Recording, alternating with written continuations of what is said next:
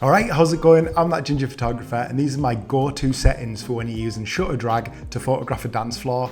Shutter drag's ideal for dance floors because it's showing that atmosphere and that party element. It's showing a lot of movement in your images, whether it's from LED lights or from disco lights. You're getting that kind of trace across the image from those lights, and then you're using your flash to fire and freeze your person dancing in the middle. So it's really great for showing off a great party. If the party sucks, then don't use it.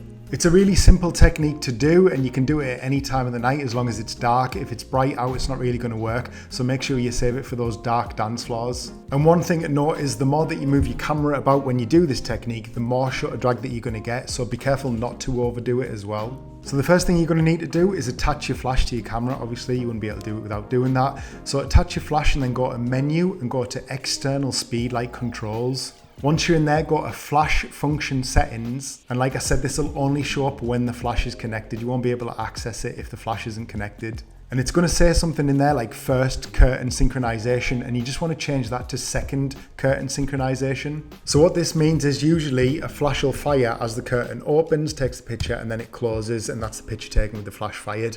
What we're going to do is we're going to take the picture so the shutter's open, we're going to move about, and then as it's about to close, the flash gun's going to fire, and that's what's going to freeze your subject in the picture. The best settings that I've found to do this with is just to remember the sixes. Just keep that in your head, remember the sixes. It's as easy as that. So I slow it down to around 1/6 of a second. I change my ISO to 600, and I change my f-stop or my aperture to f6 thereabouts. And that's your camera set up, easy as that. And the next thing we need to do is just change the settings on your flash gun. So what I would do here on the flash gun is I'd change the settings to 1/128th power. That means that it's not too bright, or you can change it to 1/64, and then it's a little bit brighter, but again, it's not overpowering, it's not too bright. And then for the zoom on the flash, I put it all the way in, so it's really zoomed in so that it's just focusing right in the center of your image.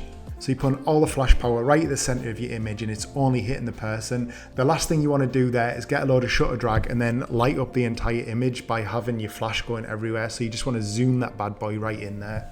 Obviously these are just like a baseline setting for your flash and for your camera. If you want more shutter drag in your image, then you just need to slow your shutter down a little bit more. If there's too much shutter drag in your image, then just speed up that shutter speed. Personally, I don't like too much shutter drag in my images. I try and keep it to a minimum because it can be easily overdone. So I only like a little bit of movement. The last thing I recommend is using the widest lens that you've got. So I stick between 16 and 35mm, nice and wide. You've got your shutter drag in the edges and on the top of your frame, but you've still got enough room there to have a nice person in the middle, nicely lit, that's not being ruined by too much shutter drag across the face or across the whole body. You want a nice wide lens, and keep it nice and high too. Keep your camera nice and high. That always adds to the atmosphere, and I think that this does work best when you've got a nice bit of height to your images.